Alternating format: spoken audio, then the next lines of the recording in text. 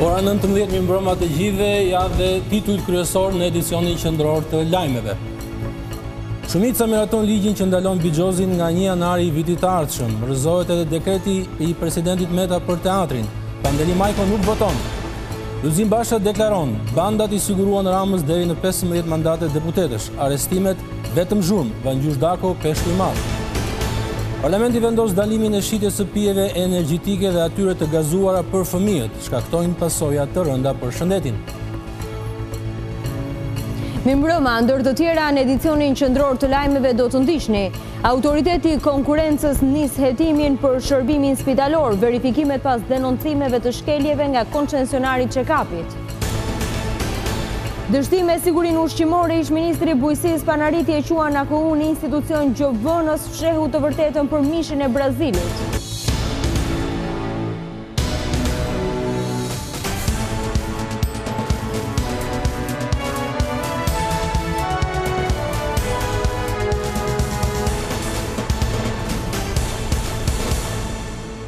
Shkojmë tani me radhë në ngjarjet e ditës. Shumica vullosin ndalimin e të gjithë veprimtarisë së Viziozit duke nisur që nga janari i vitit të ardhshëm.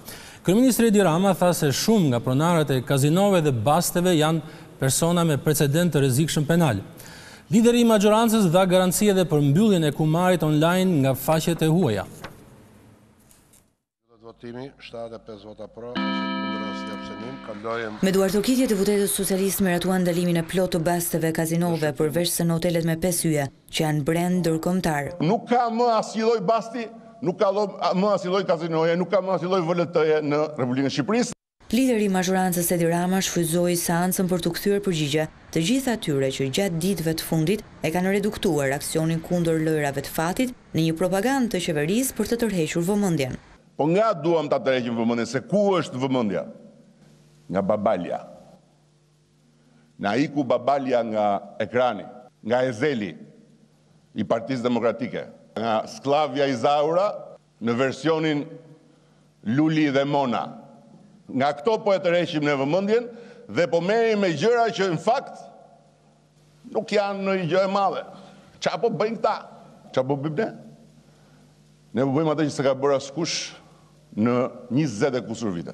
Por kryeministri Edi Rama ka replikuar në distancë me opozitor në raport me akuzat e saj për rolin e bandave në zgjedhje në favor të Partisë Socialiste. Rama i ka kujtuar të djathtës raportimet e ambasadës amerikane për nxjerrjen e të burgosurve për zgjedhjen në vitin 2009, duke ju drejtuar Paulin Stërkajt, i cili atë vit garonte me siglën e Partisë Demokratike. Ka ndodhur që janë hapur burgjet. Në vitin 2009 janë hapur burgjet. Në zgjedhjet e vitit 2009 e di shumë mirë këtu Paulin Sterkaj dhe ne në atë kohë kishim brenda Partisë Socialiste grupin e mbrojtjes votës nga presioni i madh i të inkriminuarve, i atyre që dolën nga burgjet, u liruan dhe bënin fushat në gratë ministrit drejtësisë, në gratë ministrit brendshëm, në gratë ministrave të tjerë. Por ndalimi i lojrave të fatit nuk është aksioni vetëm drastik i qeverisë. Menjëherë pas përfundimit të parlamentit, kryeministri ka njoftuar se tani do të nisë betejën kundër tregtimit të alkoolit për të rinjt në moshën 18 vjeç. Sipas shefit të qeverisë Rama, nxënësit do ndalohet të hyjnë në lokale nëse nuk janë të shoqëruar nga mësuesit apo prindërit gjatë orarit të mësimit. Por në seancën e sotme majoranca i dha fund përplasjes me presidentin për teatrin. Parlamenti votoi rrëzimin e dekretit duke i hapur rrugë prishjes së godinës. Pandeli Majko nuk votoi dhe refuzimi i tij u pasua nga batutat e kryeministrit Rama. 74 deputet të majorancës votuan kundër presidentit Ilir Meta, duke i hapur rrugën ndërtimit të teatrit të ri kombëtar. I vetmi që nuk lëvizi dorën drejt butonit elektronik ishte ministri për diasporën Pandeli Majko. Hapet votimi elektronik. Majko bëri debat me shefin e qeverisë mbrëmjen e 10 korrikut kur u votua ligji për teatrin dhe u largua nga seanca. Në 20 shtator zgjodhi të mos shkonte në parlament kur u votua ndryshimin e ligjin për teatrin e sot refuzoi të votojë, një vendim që u shoqërua me batuta nga ana e kryeministrit Rama. Atëre 74 4 vota jo, asnjë pro. Rrëzimi i dekretit i hap rrugë hyrjes në fuqi të ligjit pas 2 javësh. Në këtë moment qeveria ngrej një komision të posaçëm, ku përveç përfaqësuesve të ministrisë, do të jenë edhe 2 përfaqësues nga trupa e aktorëve. Pas kësaj, çdo kush që është i interesuar ka 2 muaj kohë për të paraqitur projektin e tij për teatrin, ndryshim ky që ju bë ligjit në muajin shtator. Nga ana e tij, komisioni ka 1 muaj kohë për të shpallur fituesin. Pas përfundimit të gjitha afateve ankimore, kontrata nënshkruhet nga kryetari i Bashkisë së Tiranës, por vula përfundimtare i vendoset nga parlamenti. Kështu nëse gjithçka shkon pa vonesa, pranverën e vitit të ardhshëm, vetëm pak javë para zgjedhjeve lokale, parlamenti do të votojë përfundimisht fatin e teatrit të ri kombëtar. Por nga ana tjetër, betejë e opozitës kundër prishjes së teatrit kombëtar nuk ka përfunduar, pasi Partia Demokratike do ta godasë në gjykatën kushtetuese, me shpresën që ajo do të jetë funksionale e do të shprehet përpara se godina të jetë prishur. Drejtuesi i opozitës tha sot se përgjimet e prokurorisë provojnë grabitjen e votave në zgjedhje. Nga bandat e lidhura me Partinë Socialiste, Rama sipas tij mori deri në 15 mandate më shumë nga grupet kriminale nga jugu në veri. Kreu Demokrat shtoi se pas goditjes së bandës së Shiakut, pushteti po mbron me forcë nga arrestimi i peshkun e madh sipas saj Vangjush Dako. Publikimi në media i përgjimeve të prokurorisë ku dyshohet se është përfshirë edhe kryetari i Bashkisë së Durrësit Vangjush Dako, i ka dhënë një argument të shtuar opozitës për të mbështetur aksionin e saj të përditshëm se krimi dhe pushteti janë bërë një. Përgjimet kanë nxjerrë në dritë faktin se kriminalët e grupit rrezikshëm Avdylaj kanë punuar për grabitjen e votave për llogari të Partisë Socialiste, Vangjush Dakos dhe deputetëve të Edi Ramës. Lideri i opozitës ka përsëritur apelin për arrestimin e antarit të kryesisë së PS-s Dako. Kush ka ndërhyrë që mos të arrestohet Vangjush Dako? Kush i ka bërë presion prokurorëve që mos të arrestojnë Vangjush Dakon? Apo bën përpjekje, apo hidhen miliona, apo ushtrohet presion politik për të shkatërruar provat që duhet të çojnë në arrestimin e Vangjush Dakos. Por Basha ka theksuar se ky nuk është një rast i izoluar, duke listuar të gjithë emrat e socialistëve që kanë lidhje me bandat. Sipas tij, në 2017 në Fushkruj, votat u grabiten nga kriminalët e lidhur me deputetin Rahman Raja, në Lezhë me Ndokat, në Kavaj Elvis Roshi, në Elbasan kryebashkiaku Qazimi ka bashkëpunuar me trafikantët e drogës dhe në Dibër prokuroria ka një dosje ku janë përfshirë Sajmir Tahiri, Damian Gjiknuri dhe Ulsi Manja. Krimi i ka siguruar Edi Ramës të paktën 10 deri në 15 mandate, përmes kërcënimit, grabitjes dhe blerjes së votës. Basha ka shpjeguar se kriminalët janë bërë faktori kryesor elektoral dhe e kanë kapur peng qeverinë në të gjithë vendimarrjen e saj, duke vendosur piketat kryesore të aksionit opozitar. Kjo gjendje është provë e domosdoshmërisë të ndarjes politikës nga krimi dhe dekriminalizimit të zgjedhjeve. Por edhe pse fokusi i PD-s është goditja e krimit elektoral, Basha ka premtuar se nuk do të lërë jashtë vëmendjes çështje të rëndësishme si ajo e teatrit kombëtar. Padyshim që teatri është dhe mbetet vija kuqe. Kështu pra opozita edhe sot e bojkotoi parlamentin ku shumica miratoi një ligj që do të hyjë në histori në fakt si një ligj drakonian, një ligj i jashtëzakonshëm që sanksionon mbylljen e të gjithë industrisë së bigjozit në Shqipëri duke filluar nga 1 janar i vitit që vjen. Duke ignoruar këtë ligj, opozita deklaron se fokusi i saj është lufta kundër krimit, që sipas saj ka kapur plotësisht shtetin në Shqipëri. Situata politike pra mbetet e tensionuar. I ftuar në studio është kryetari i Partisë Agrare, pjesë e koalicionit opozitar, zoti Agron Duka. Mirëmbrëma se keni ardhur në studio. Mirëmbrëma, mirë se u gjeta. Fillimisht nga aktualiteti duhet të pyes, nuk është e qartë ende për opinionin publik se çfarë mendimi ka opozita për lojrat e fatit.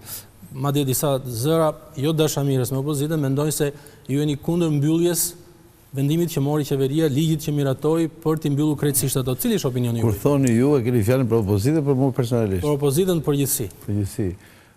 Faktikisht, duke qenë që opozita është marrë më shumë me atë që i duket problemi kryesor dhe për vendimin tim ka drejt, pra për lidhjen e majorancës me krimin, sidomos me ngjarjet e fundit që ndodhen, u vërtetuan ato tezë opozita ka thënë vazhdimisht, edhe unë personalisht të drejtën, sidomos për zonën e Durrësit, si për zgjedhjet vendore të kaluara, kur konkuronte nga opozita Grita Duma, si edhe për zgjedhjet parlamentare. Vazhdimisht kemi thënë që nuk kanë qenë reale rezultatet e zgjedhjeve, por kanë qenë, ky rezultat është jo real për shkak të lidhjes majorancës me krimin edhe të kryebashkiakut me krimin. Të kalemi çast më vonë këtu, por lojrat e fatit, një opinion. Pra, desha të them që përgjithsisht opozita marr me këtë fakt dhe s'është marrë me këtë që edhe ky ka rëndësinë e vet. Nëse doni mendimin e opozitës, natyrisht ajo e shpreh vetë përgjithsisht nëpërmjet konferencës së shtypit zoti Basha, që ka preferuar gjithmonë të ketë, si thua, në qendër vëmendjes këtë që unë thash më parë. Mendimi im është një mendim shumë i drejtë, sepse faktikisht është një smundje, do thoja, e cila ka sjellë pasojë negative për familjet shqiptare, sidomos në këto kondicione që ne jemi sot, për të cilat paktën në këtë fakt bijmë në emërus përbashkët, që janë kushtet e një ekonomie të varfëruar, në kushtet e një gjendje të rënduar përgjithsisht, jo vetëm ekonomike, qoftë dhe psikologjike. Kështu që mbyllja e lorëve të fatit pa prapaskena, tash nëse hymë atyre prapaskenave që mund të mbyllen për të krijuar një monopol tjetër, përfitime etj. Këto pastaj mbetet për të parë shumica sot për sot e ka huar. Vetëm pasojë negative. Nëse kjo bëhet faktikisht ashtu siç thuhet, siç pranon sot, për mua pasojat janë pozitive. Zoti Duka, le të flasim pak për aksionin e prokurorisë dhe policisë, aksioni bujshëm me arrestimin e disa dhjetra individëve të dyshuar si kriminal, si trafikantë droge. Një nga vatrat e goditjes së policisë dhe prokurorisë ka qenë Shiaku, ju e përmendët pak më parë, ju e njihni mirë atë zonë. Sipas jush, si vlerësoni ju këtë operacion të madh, duhet të thënë, të prokurorisë dhe të policisë? Jo, do ta vlerësosha shumë qofse ky hap do bëhe me kohë, jo vetëm në Shijak, por në gjithë Shqipërinë, qoftë edhe në Durrës, sepse siç thash, demaskimi ose prononcimi i opozitës dhe aktorëve politik përgjithësi ka qenë i vazhdueshëm. Edhe nuk është bërë. Goditja është në disa qytete. U bë shumë e vonesë. Nuk di se sa, do më thënë, prova ka, sepse thuhet që janë këto që janë arrestuar vetëm nëpërmjet përgjimeve telefonike, dhe ndoshta mund të jetë një show, dhe nëse pas këto mund të dalin nga burgu, kjo që ka ndodhur në Dom, Shqipëri.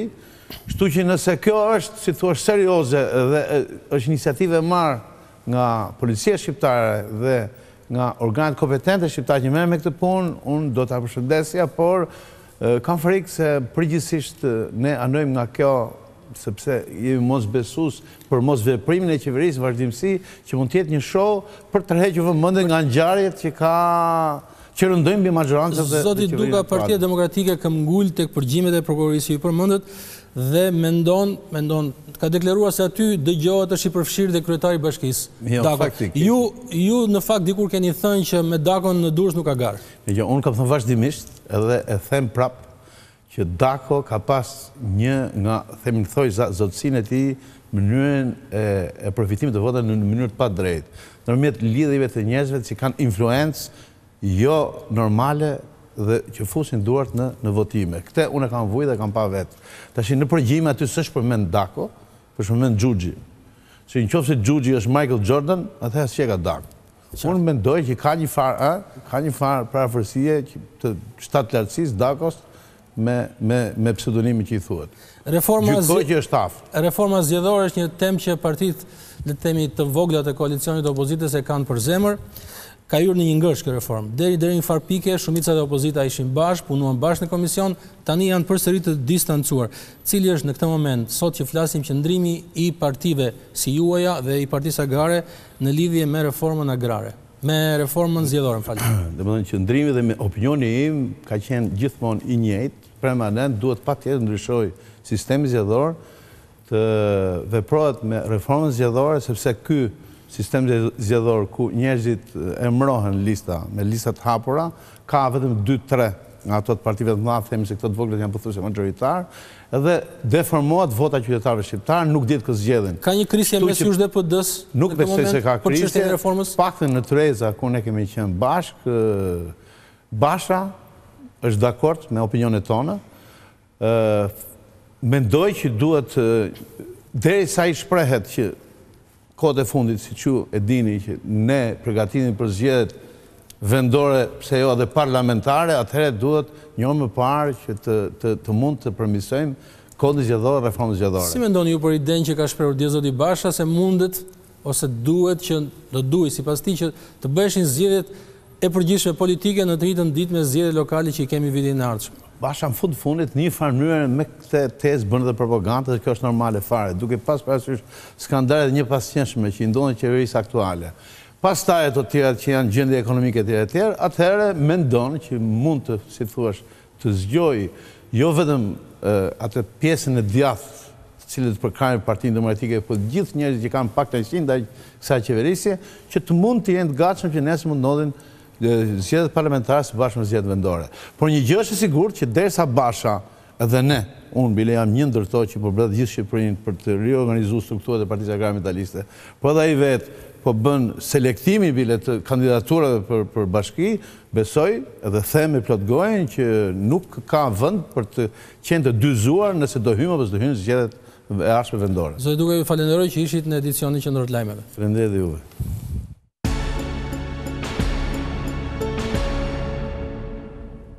Austria mbështet operacionet e policisë kundër bandave dhe krimit të organizuar. Ambasadori austriak kërkoi që goditja e të fortëve të vijojë me qëllim që të dënohen edhe nga gjykata. Diplomati dha dhe mesazh për opozitën, duke thënë se vendi ku bëhet debati është parlamenti. Duke marrë shkas nga arrestimet e ditëve të fundit, ambasadori i Austrisë në Shqipëri, Johan Sattler, apeloi që t'i shkohet deri në fund ndëshkimit të fortëve. Peshku i madh, njeriu që e shpiku këtë term nuk është më në Shqipëri, por ajo që kemi parë muajt e fundit është një hap pozitiv, sepse ka një përqendrim të madh këtë periudhë për të dërguar pas hekurave të fortët. Ka pasur një përpjekje të vërtetë të bashkërenduar në të gjitha rajonet e Shqipërisë, dhe kjo është mënyra se si duam të shohim edhe në vazhdimsi punën që do të kryhet, pasi arrestimi është vetëm një gjë. Ambasadori austriak theksoi se Shqipëria duhet të punojë shumë në muajt në vijim për të bërë të mundur hapjen e negociatave me Bashkimin Evropian. Në këtë drejtim ai kërkoi angazhimin e të gjithë aktorëve. Shpresoj shumë që ata mund të përdorin këto 8 muaj deri në qershor të vitit 2019 për të bërë përparim në çështjet kryesore që janë në tryez, siç janë lufta kundër krimit të organizuar dhe korrupsionit, reforma zgjedhore dhe ajo në drejtësi. Mendoj se është një moment i rëndësishëm për këto 8 muaj. Do të doja të shija më shumë unitet në çështjet e interesit kombëtar, pasi prioritet është procesi i integrimit në Bashkimin Evropian. Ambasadori kishte një mesazh edhe për opozitën, të cilës i kujtoi se duhet jetë në parlament pasi deputetët janë zgjedhur për të përfaqësuar interesat e qytetarëve. Vendi i të gjithë përfaqësuesve të zgjedhur të popullit është parlamenti. Nga kontakti me përfaqësuesit politik të të gjitha palëve e kam shprehur që debati duhet të ndodhë në parlament. Por unë jam shumë shpresëdhënës dhe optimist se mund të arrijmë këtë, dhe atëherë mund të kemi edhe një zgjidhje. Diplomati Sattler tha se Ballkani është prioritet në agjendën e presidencës austriake të Bashkimit Evropian. Sipas tij, Shqipëria duhet të vijojë të luajë rolin kyç për ruajtjen e stabilitetit në rajon. Parlamenti miratoi sot një ligj, një ndryshim ligji në fakt që ndalon shitjen e pijeve energjetike dhe të pijeve të gazuara me sheqer tek fëmijët. Përdorimi i tyre sipas deputetëve të Partisë Socialiste sjell pasoja të rënda për shëndetin, ndaj ligji parashikon sanksione për ata që i tregtojnë tek të vegjëlit. Parlamenti votoi këtë të njëjtë ligjin që kufizon shitjen e pijeve energjike tek fëmijët. Deputeti i Partisë Socialiste Erion Braçe tha se ky vendim sjell parandalimin e pasojave shëndetësore tek ta. Ata që abuzojnë do të gjobiten me 10.000 lekë. Në ligj, dhe natyrisht edhe në dëshkim, për gjithë personat madhor që tutelojnë fëmijë dhe natyrisht ju ofrojnë atyre pije energjike marrë nga supermarketet apo dyqanet tjera. Kufizimet vijojnë me gjithë ata që i tregtojnë këto produkte brenda klubeve të argëtimit quhen apo klubeve të natës. Kufizimet janë të forta dhe me kontributin edhe kolegëve deputet në 2 komisionet janë thelluar edhe më tepër në reklamën e këtyre kompanive agresive drejtuar fëmijëve për të konsumuar pijet energjike me sheqer të shtuar. Braçe renditi edhe rreziqet tek fëmijët nga konsumimi i këtyre pijeve. Për të mbrojtur tashmë një fashë të rëndësishme popullsisë vendit, atë deri në moshën 18 vjeç nga produkte të cilat dëmtojnë në rënd shëndetin. Fëmijë i rritur në mënyrë të shëndetshme do të thonë më pak shpenzime për përballimin e gjitha pasojave të sëmundjeve që vinë pikërisht nga konsumimi i këtyre produkteve. Sipas deputetit socialist, përmes këtij ligji hidhet një hap përpara në mbrojtjen e fëmijëve nga produktet që dëmtojnë rëndshëndetin. Autoriteti i konkurrencës nis hetimin në sektorin e shërbimit spitalor. Verifikimet e gjithashme bën në konkur Vizion Plus, publikoi shkeljet e shumta të check-upit dhe presionin ndaj administratës për të realizuar me detyrim analizat. Pas skandaleve të zbuluara nga Vizion Plus në lidhje me miliona euro të paguara kompanisë koncesionare të check-upit për punë të pakryer, fatura që mbulohen nga buxheti i shtetit dhe kërcënime ndaj stafit mjekësor për të realizuar planin e kërkuar të kontrolleve, ka reaguar institucioni i parë publik. Autoriteti i konkurrencës do të nisë një hetim të thelluar për këtë çështje. Përmes një njoftimi zyrtar, ky institucion thotë se pas këtij procesi do të publikohen të gjitha rezultatet e hetimit. Autoriteti i konkurrencës, mbështetur në nenin 41 të ligjit për mbrojtjen e konkurrencës, po kryen një hetim të përgjithshëm në sektorin e shërbimit spitalor, për të parë nëse në këtë treg ka ngurtësim të çmimeve ose rrethana të tjera që kufizojnë apo shtrembërojnë konkurrencën. Hetimi i përgjithshëm me numër 552, datë 4/10/2018, ka për objekt të gjithë veprimtarinë e shërbimit në sektorin e shërbimit spitalor dhe nuk është i kufizuar vetëm në koncesionet e cituara në media. Për shkak të lidhjes së aksioneve midis së ndërmarrjeve të cilat operojnë në këtë treg, gjykojmë si të nevojshëm hapjen e hetimit të përgjithshëm, pasi këto çështje kanë nevojë për një trajtim më të thelluar dhe më gjithëpërfshirës. Ndërkohë nga auditi kryer nga kontrolli i lartë i shtetit, u zbulua se shteti i paguan kompanisë koncesionare 3 për Life edhe për kontrollet që nuk i kryen. Një tjetër shkelje ishte pagesa e TVSH-s prej 20% për shërbimet mjekësore. Vetëm në vitet 2015-2016, koncesionari ka përfituar mbi 1 miliard lek nga procesi check-upit, ku mbi 200 milion lek i ka marrë nga TVSH-ja këtij shërbimi, madje edhe për analiza, kite dhe pajisje që nuk janë përdorur asnjëherë. KLSH ka kërkuar rishikimin e koncesionit 10 vjeçar të kontrollit bazë shëndetësor mbi moshën 35 vjeç, eliminimin e kostove shtesë, si dhe përjashtimin e TVSH-s, si një tjetër burim fitimi për koncesionarin.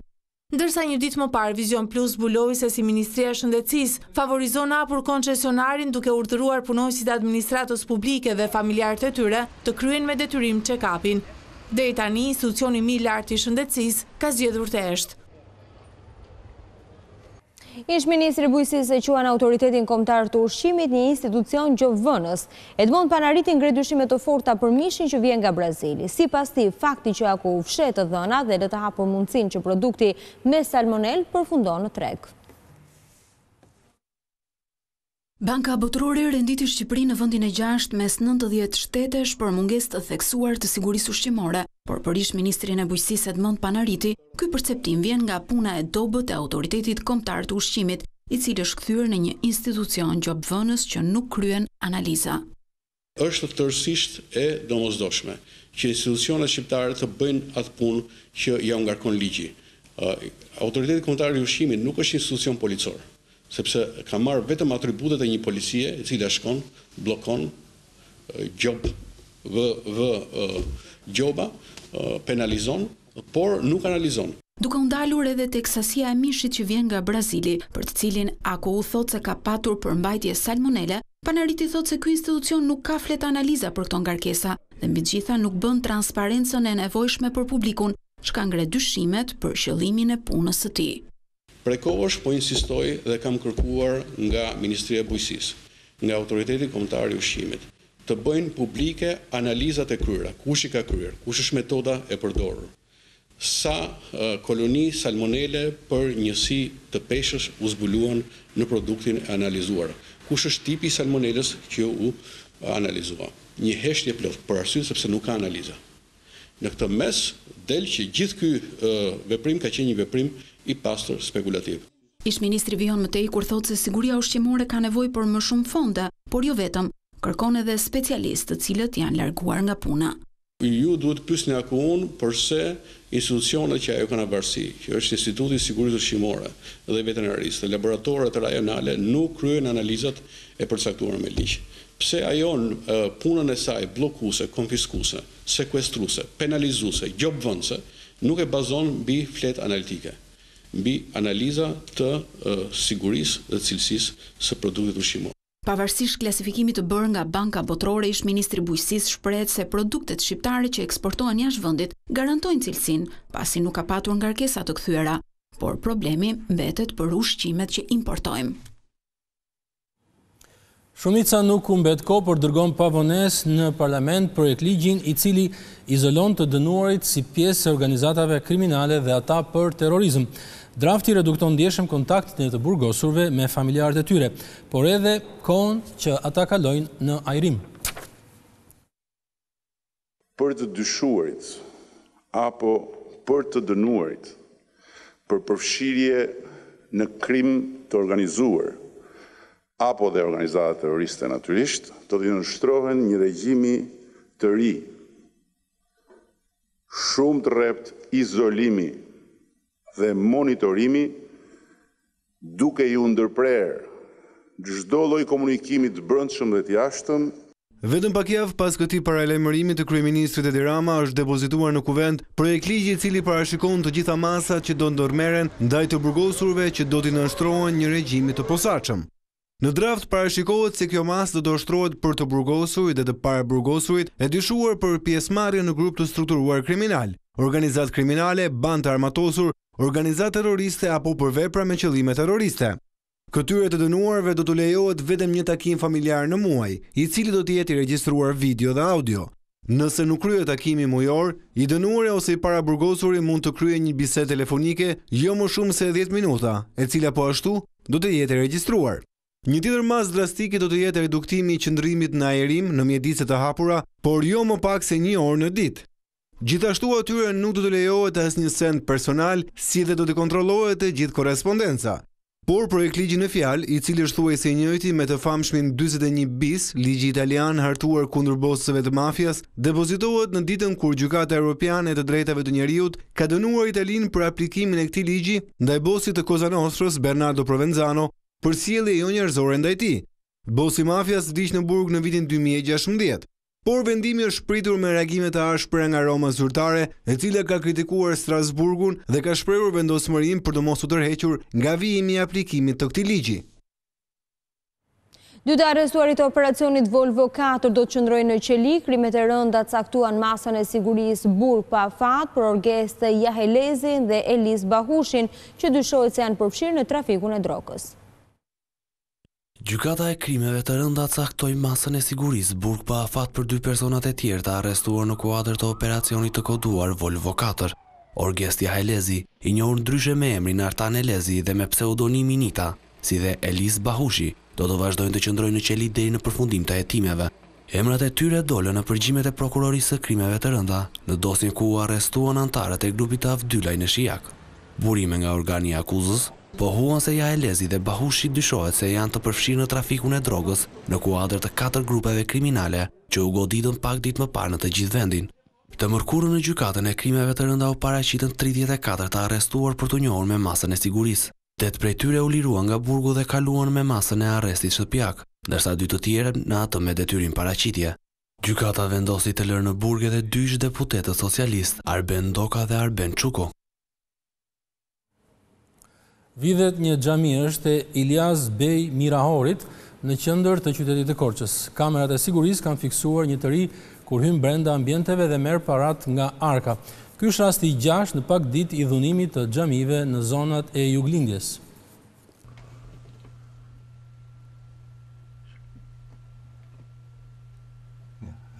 Ky është momenti ku një person ende i pa identifikuar nga policia futet në xhamin Ilyas Bey Mirahori në Korçë dhe vjedh një shumë parash nga arka. I riu, i veshur me xhinse dhe xhu blu shihet teksa lëvizi qet nëpër xhami dhe më pas futet në ambientet ku ndodhej arka. Video është filmuar nga kamerat e sigurisë së xhamisë.